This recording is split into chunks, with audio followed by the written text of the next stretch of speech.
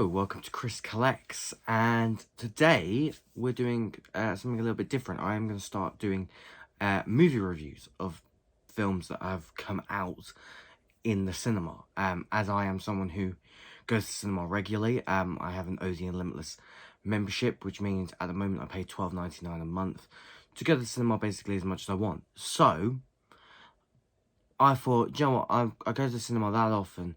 There are a lot of big films coming out that I'm looking forward to that I think would be worth me doing a review of.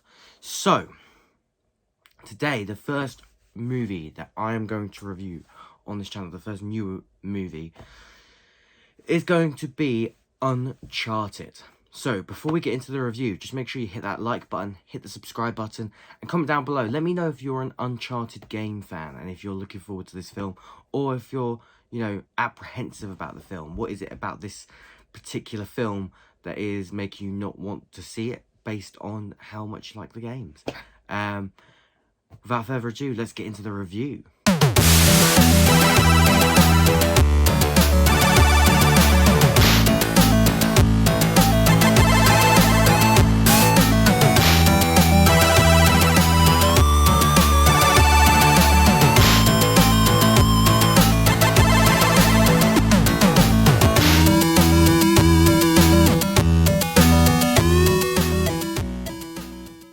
Okay, so Uncharted is one of those films that has been in development hell for years. I remember when Mark Wahlberg was originally cast to play Nathan Drake, and now, all that time that has passed, he's now playing Victor Sullivan instead, which is madness to think about. But this is a film that Sony, I think, have been trying to make for a very, very long time. And I've always been someone that personally thinks that there is a lot of potential in an Uncharted movie. I think there's a lot of potential in an Uncharted movie franchise, because essentially it's basically like Indiana Jones. And they seem to not want to reboot Indiana Jones, which is something else that I think would be worth having a go at. Harrison Ford's not getting any younger. So I was always a big champion for an Uncharted movie. The trailers for this came out, and immediately I was like, oh no, here we go.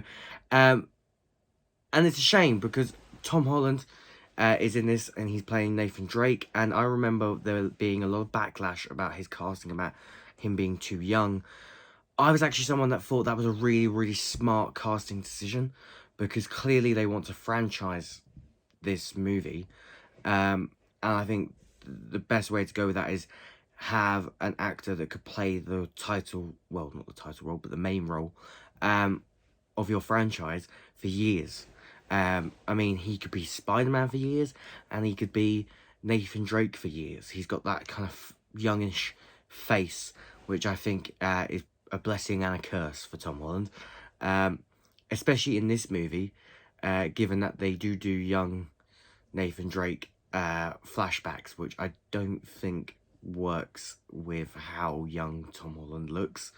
But that aside, the movie. Now, I'm not going to go into great detail about the plot or anything like that. I want to try and keep it as spoiler-free as possible. So I just want to give my sort of my overall thoughts and opinions on the film, how it made me feel watching it. So I went to go see it last night, which was the opening night for the film. It was between Uncharted and Death on the Nile. I decided that I will see Uncharted first, and I'll go see Death on the Nile in the week, because I also need to revisit Murder on the Orient. I can't speak today. Murder on the Orient Express. There we go. So at this point, going into the film, I was, I think naively excited. I didn't like any of the trailers. I didn't really have much faith in the movie, but I've wanted this film to happen for such a long time that I think I was hoping, I was just praying that it would be good, or at least enjoyable. I was hoping I'd walk away from it going, I enjoyed that. So is it any good, I think, is kind of the main question. And the only way I could sort of respond coming out of it was going, it was okay.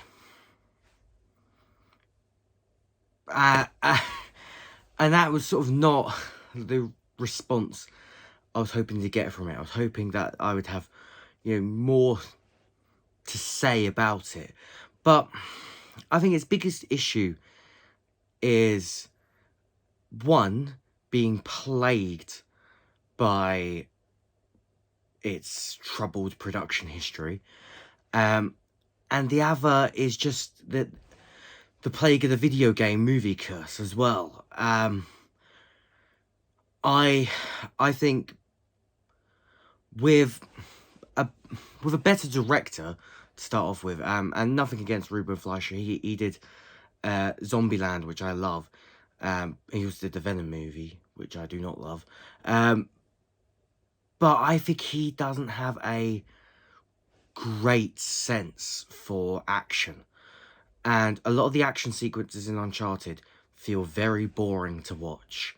And I think that's one of the really biggest flaws about this movie.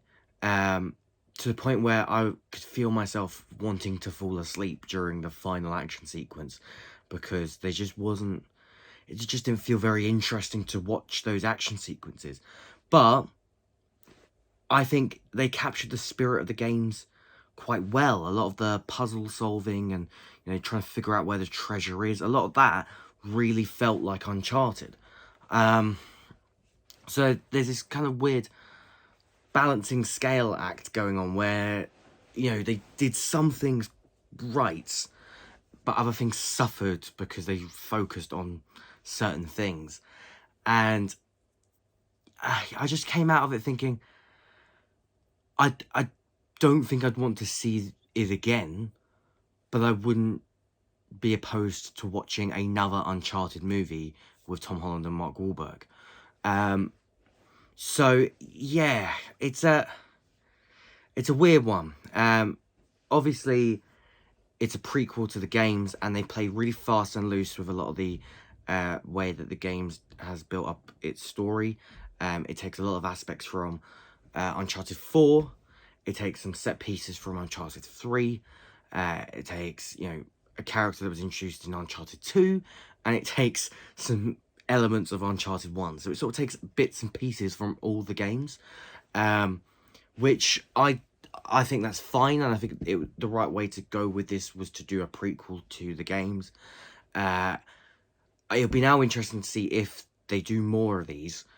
Are they going to start adapting the stories of the games? I don't want them to, but I also am not sure where you go with it. But, the script wasn't terrible. There were a few really weird lines. But overall, everyone sort of talked like you would expect them to. Tom Holland was charming. Sully was smug and arrogant like he usually is. They got the trust issue stuff down quite well. I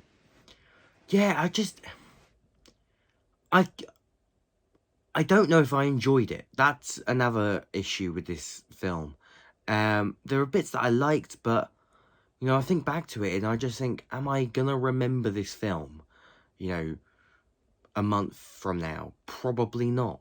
By the time I get to the end of the year and I do my sort of roundup of what I've seen, I'll probably go, oh yeah, that came out this year. It's that type of movie, which is why I'm not surprised that it's released in February, because February is, January, February is usually sort of like the graveyard period for movies. So, every now and again you get a movie that comes out in that period that is amazing, and you remember that one. I remember, I think it was a couple of years ago now, that February was when Sonic the Hedgehog released, and that for me was a big surprise. I thought that was a really delightful, charming film.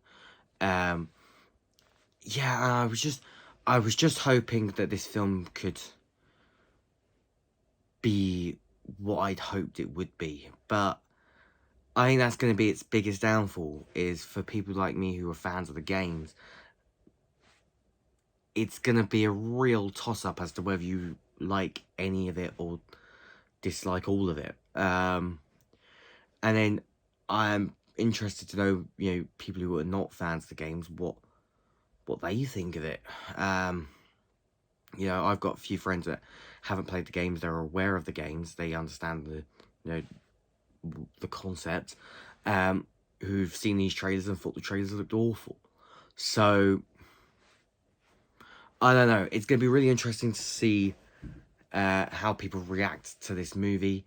Like I said, I think Tom Holland was really good in it. I don't usually like Mark Wahlberg in things, but I thought he was really good in it as well. The actress who played Chloe, I want to say her name's Sophia, but I can't remember her last name. She was really good as well. In fact, everyone bar Antonio Banderas was really good in it. Antonio Banderas might as well have not been in the movie. Probably one of the most underwhelming villains that I've seen in a long time. Which is such a shame, because he's such a good actor and he would have been an amazing villain. And that's the thing, the Uncharted games have some really good villainous characters, but this just didn't really feel like it had one. It kind of felt like there were bad guys, but they just weren't really there, which is a really bizarre thing to have in a film like this.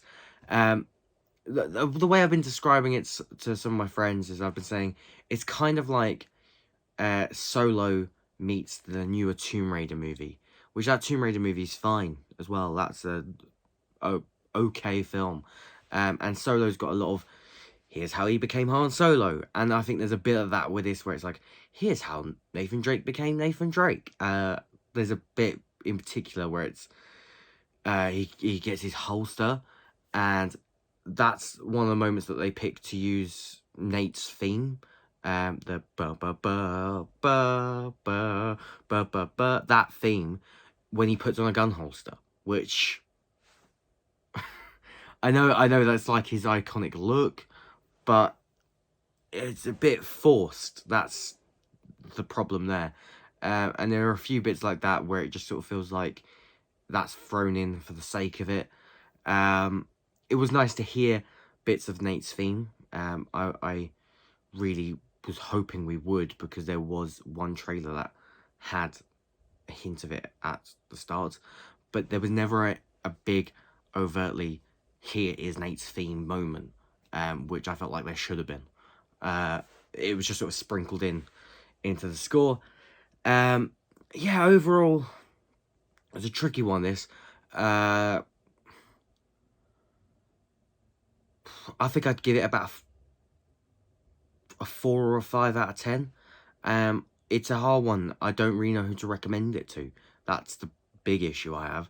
I think if you're a fan of the games, you might like some bits like I did, but it's hard, because I think a lot of people were expecting different things. I know a lot of people wanted Nathan Fillion to play Nathan Drake, and I think if they were going to do, 2 or 3 movies, yeah, why not? But clearly they've casted younger to get, several movies out of it. Is it going to get several movies? I have no idea. I think if this one performs well, it will. And I think what this film's got going for it, which might help it in the box office, is having Tom Holland and Mark Wahlberg. That's 2 really big names attached to it. Tom Holland in particular as well has just come off the back of Spider-Man No Way Home, which has done absolute gangbusters at the box office. So I can see it doing well, and I can see us getting a sequel to it. I just hope if they do another one, they just try a little bit harder to make it better. That's all I'd ask for. But yes, that's my review of Uncharted. Like I said, I'm planning to do a few more reviews of new movies like this. I may do one for Death on the Nile. I'm not sure yet if I will. depends if depends if it's either good enough or bad enough for me to have a lot to say about it. I'm definitely going to do a review for the Batman. I've got my tickets booked for that. I'm seeing it on the preview night on the Thursday, 3rd of March in IMAX. And I'm also seeing it on the Friday evening as well. So, yeah, very looking forward to that. That's my most anticipated film of the year. So there'll be definitely a review for that. Otherwise, it's just sort of going to be, you know, films that I decide if I want to do a review of them or not. I don't want to, you know, give myself any pressure to do these reviews. But I hope you enjoyed this one. Like I said, leave a comment, like, subscribe. It's much appreciated. Down below, let me know what your favourite Uncharted game is. Mine's probably the 4th one. I'm actually replaying them all at the moment. Yeah. Thanks for watching this video. Hope you enjoyed it, and I'll see you on the next one.